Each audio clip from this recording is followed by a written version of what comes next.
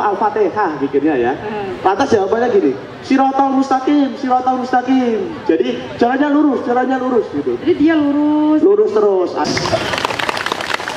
Dengan suasana yang sejuk, hijau, dan yang pertama kali di pagi hari. Betul sekali. Jadi harapannya pada kesempatan pagi hari ini kita berhalal bihalal, saling meridhokan dan merelakan kekhilafan selama berinteraksi jadi tuan rumah. Kalau Mbak Susi? Kalau saya Susi Fitriani dari SKT Bulung Cangkring. Oh ya, disapa dulu teman-teman dari SKT, Mbak. Teman-teman dari SKT. Tangannya mana tangannya SKT? Dari SKT. Udah. Jadi teman-teman ini kalau biasanya itu malam hari kan kelihatan ya. Kita udah langsung siang ini.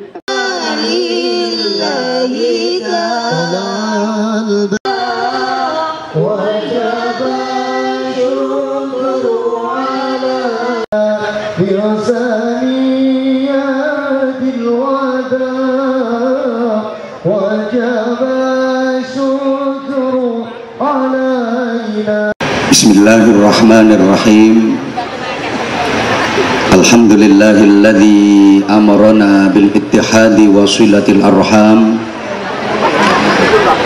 Asyhadu an la ilaha illallah wahdahu la syarikalah.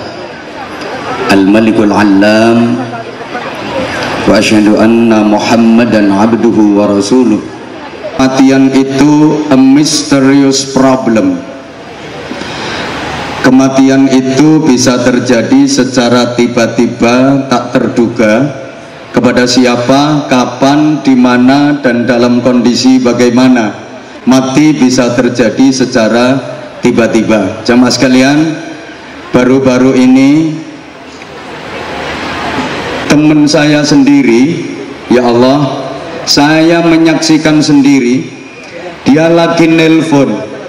Asik-asiknya dia telepon belum selesai mati, pulsanya habis. Loh, mati ngagetin, ternyata pulsanya habis. Jadi ternyata mati itu bisa terjadi secara tiba-tiba, tak terduga. Ada orang lagi mancing di kali, mancing sambil ngerokok, tentu rokoknya produk Jarum. Rokok dihisap belum habis, jatuh ke kali, mati. Dan mati itu enggak ditentukan oleh takut dan berani. Berani tidak mempercepat, takut juga tidak memperlambat. Bukan berarti yang berani duluan, yang takut belakangan. Itu kan anak sunat. Yang berani sunat duluan, yang takut sunatnya belakangan. Tapi kalau mati enggak. Kadang-kadang yang berani maju perang enggak mati-mati, malah iso mateni wong sak pirang-pirang. Yang takut sembunyi ngungsi ke bom, mati duluan. Dan orang mati itu enggak harus sakit dulu. Kebiasaan masyarakat kita, kalau mendengar ada berita kematian, itu pertanyaannya hampir sama. Sakit apa? Betul? Padahal orang mati nggak harus sakit dulu. Memang sakit itu salah satu asbab kematian. Akan tetapi mati nggak harus sakit dulu. Orang sehat, seger, bugar, mati mendadak. Ada apa enggak? Ada apa enggak? Ada. Bisa jadi nanti yang selama saya ceramah kok ngomong sendiri mati mendadak. Sakit itu kadang-kadang cara Allah untuk mencintai hambanya. Manusia diberi sakit oleh Tuhan itu agar mendekat kepadanya, agar semakin dekat kepada Allah. Terbukti banyak orang yang ibadahnya lebih berkualitas ketika sakit daripada ketika sehat. Sehatnya yang nongwakal, ndawablek, ono tung nondi berangkat. Begitu sakit rajin ke masjid. Jadi ono ngono iku, bancek masjid ngenteni grill. Ada, ini orangnya juga datang kok. Orangnya juga ikut ketawa.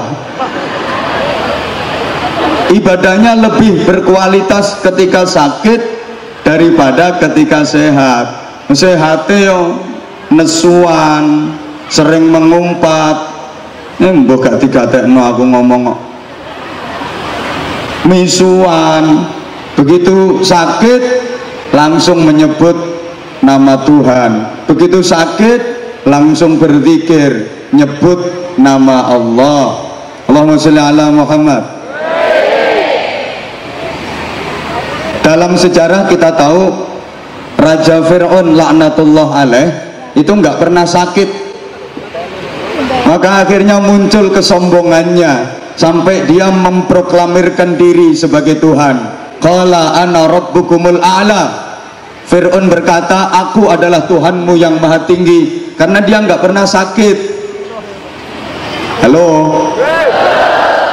Kadang-kadang sakit itu cara Allah untuk menghapus dosa-dosa hambanya. Manusia diberi sakit, hatinya bisa sabar dan ikhlas, itu dosa-dosanya diampuni Allah.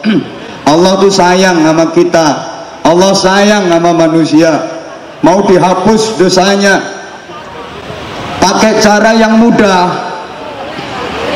Termasuk seluruh mitra kerja, karyawan-karyawati Jarum, disayang Allah, mau dihapuskan semua dosanya pakai cara yang mudah. Karena ada cara menghapus dosa itu agak berat, mungkin karyawan-karyawati Kudus tidak kuat. Apa itu? Ibadah haji. Kalau mabrur diterima Allah, seluruh dosanya diampuni Allah. Allah tahu kalau karyawan-karyawati Kudus sih ora pati gablek duit, nggak bisa berangkat haji. Gimana cara menghapus dosanya? Kasih cara yang mudah, kasih sakit aja. Selama hatinya sabar ikhlas, maka dosa-dosanya diampuni Allah.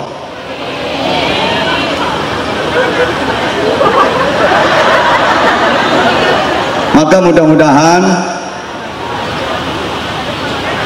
selepas kita menjalani tarbiyah 1 bulan Ramadan, itu kita sekolah, maka harus naik kelas.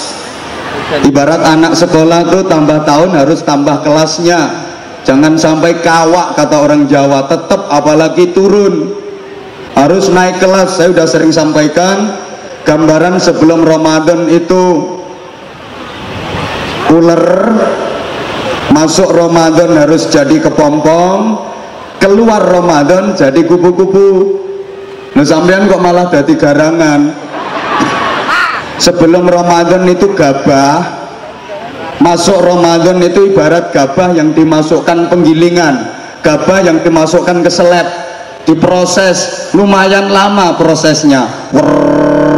Geratak geratak geratak geratak geratak geratak, geratak geratak geratak geratak geratak geratak, geratak geratak geratak geratak geratak, geratak geratak geratak geratak geratak, geratak geratak, kan lama. Geratak geratak geratak geratak, geratak geratak geratak geratak. Setelah diseleb, keluar dari seleb, nggak wujud gabah lagi, tapi udah berubah jadi beras. Sebelum Ramadan gabah, masuk Ramadan diproses, digiling, diseleb, makanya ya loro, mau diproses, sakit ya payah.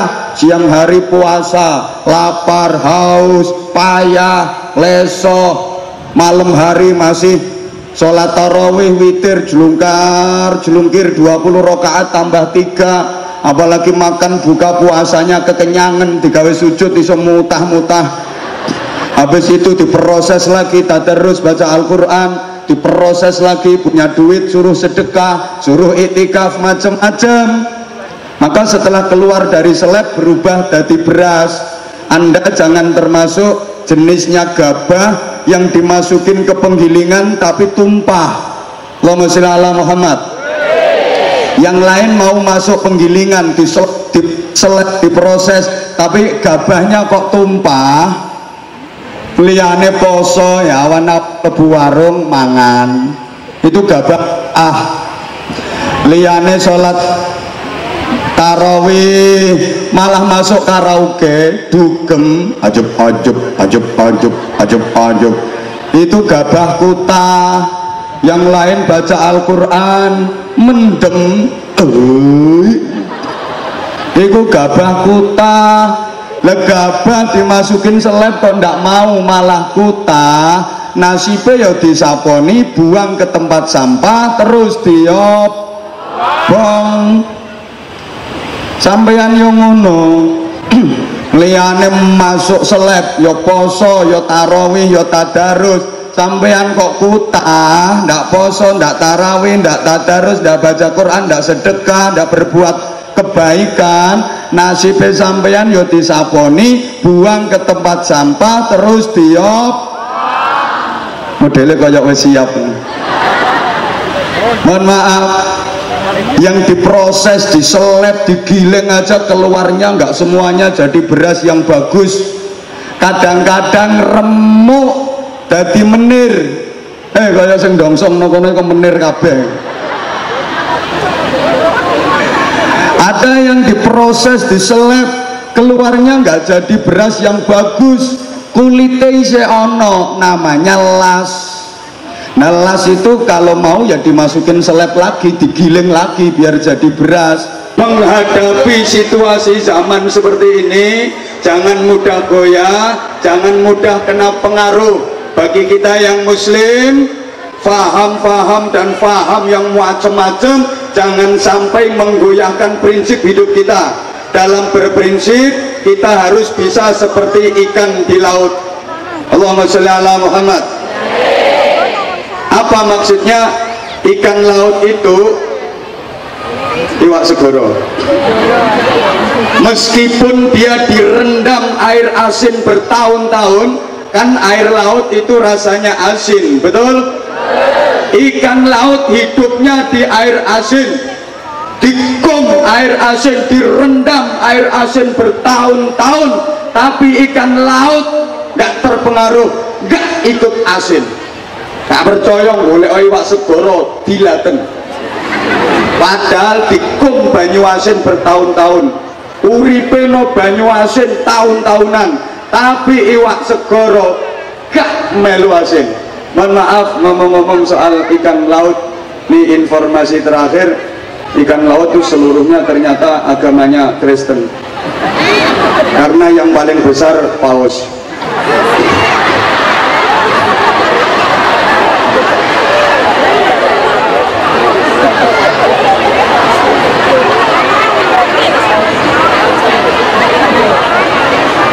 Nah, kok meneng ngomong. Ya kalau dalam urusan sosial itu semua sama, disuruh berbaik-baikan. Makanya nggak usah poyok-poyokan. Nggak oleh, yang rukun Indonesia, Pancasila. Setuju? Setuju? Ada cerita dua orang yang bersahabat karib, satu Muslim, satu Kristen, tapi bersahabat karib, luar biasa, akrab. Lagi jalan malam-malam. Ini orang Islam mau ngapain aja pasti baca bismillah, mau apa aja baca bismillah. Kalau orang Islam jalannya malam, mau naik bus, ini berdua, si orang Islam ini begitu mau naik bus, bismillah. Kata temennya yang Kristen, bukan bismillah, ini bis malam.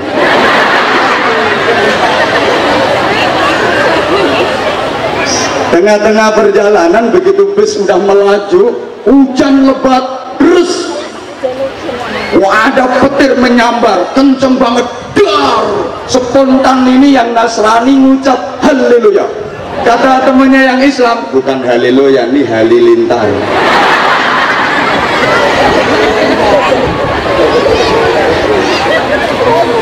Dalam menengah bujang itu disoteng dulu, disoteng.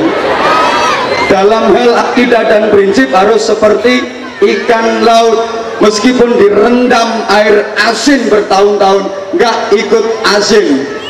Kenapa iwak segoro itu dikum banyu asin bertahun-tahun kok gak katut asin? Sebab iwake urip. Karena ikannya hidup. Orang itu kalau hatinya hidup, meskipun dikepung pengaruh jahat kayak apa, nggak akan tergoyah, nggak akan terpengaruh. Meskipun dikepung maksiat kayak apa, nggak akan terpengaruh, karena hatinya hidup, imannya hidup. Silakan bikin tempat perjudian di lingkungan saya nggak akan terpengaruh. Silahkan bikin bar di depan rumah saya, nggak akan terpengaruh. Silahkan bikin tempat pelacuran di depan rumah saya, nah ikumbo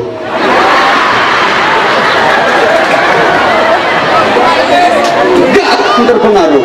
Nggak bang dadi asin, nggak ngira katut asin. Mergo atine urip. Sebaliknya, ikan laut kalau mati ya tergantung lingkungan, tergantung keadaan, tergantung diapakan. Digaremin asin mbok nyaut kok. Iwak segara ku nek mati tergantung keadaan, kari diapake, diuyahi ya dadi asin, diasemi ya dadi kecut, disunduk, dicubles ya dadi panggang, gawe ke sambel ya dadi pecel. Orang tuh kalau hatinya mati mudah kena pengaruh lingkungan, mudah kena pengaruh maksiat. Kalau lagi di tempat pengajian, ngalang-ngalai ustad, diem alim kecine lo pinten. Tapi kalau lagi ada elektron, gak marem, gak lego nih, gak weruh bokongnya penyanyi nih. Di dalam masjid kayak kori, di luar masjid jadi korak. Kalau hatinya mati, Allahumma sholli ala Muhammad. Dengan hati yang hidup, hidup kita akan benar-benar hidup, dan hidup kita akan jadi berkah. Amin Allahumma. Bukankah hidup yang paling nikmat itu adalah hidup yang barokah? Betul. Rizki yang paling nikmat adalah rizki yang barokah. Betul. Keluarga yang paling bahagia adalah keluarga yang barokah. Betul. Perusahaan yang paling sukses adalah perusahaan yang barokah. Betul. Duit yang paling barokah, yang paling nikmat membahagiakan juga duit yang barokah. Gaji yang paling nikmat juga gaji yang barokah. Gaji besar kalau nggak barokah nggak nikmat. Gaji 20 juta tapi kalau nggak barokah keluarga nggak bisa tentrem. Gaji 20 juta tapi anak yang laki kena narkoba, anak perempuan hamil di luar nikah, suami menghamili istri orang, istri mereknya merek C, centil, ceninilan, celalaan, cerewet, celandaan, celelean, cerongoan, celutak, mangane okeh, turune betah, ngileran, ngorokan, ngentutan. Nggak ada artinya gaji 20 juta tapi keluarga nggak tentrem. Coba Anda pilih mana? Gaji 20 juta tapi keluarga nggak tentrem, sama gaji 50 juta tapi keluarga tentrem.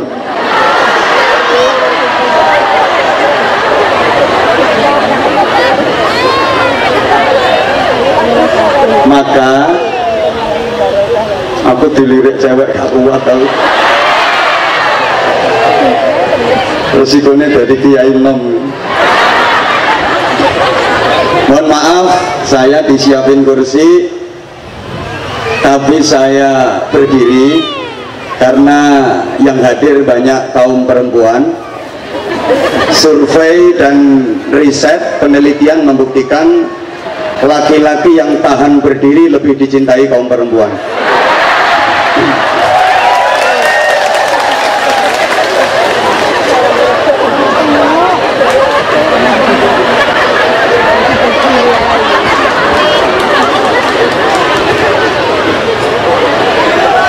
Saya sering sampaikan daerah yang bagus kayak Kudus sehingga layak mendapatkan Adipura Kirana. Anjir aku gak ngerti ngono melongo. APE daerah itu bukan karena infrastrukturnya bagus, fasilitas lengkap, gedungnya megah, mewah, indah, enggak. Tapi APE daerah itu ditentukan penghuni daerah itu, orang-orang yang berada dalam daerah itu. Kalau orangnya guyup, rukun, damai, tentrem, sejahtera, meskipun jalanan masih banyak yang berlubang, gedung-gedungnya sederhana, itu daerah yang bagus. Tapi sebagus apapun bangunannya, selengkap apapun fasilitasnya, kalau isinya bajingan sama korak, itu daerah sing elek. Sama omah sing apik, rumah yang bagus, bukan karena bahannya yang serba kristal, pembuatannya menelan biaya 10 miliar, keramiknya teko Itali, model Eropa gaya Spanyol, perabotannya serba lux, eksklusif, ndak. Tapi apike omah itu ditentukan penghuni rumah itu, orang-orang yang ada di dalam rumah itu. Meskipun rumah sederhana, tapi isinya keluarga yang harmonis, yang bahagia, itu rumah yang bagus. Meskipun rumah kayak istana, tapi dalam keluarga yang berantakan, itu rumah jelek.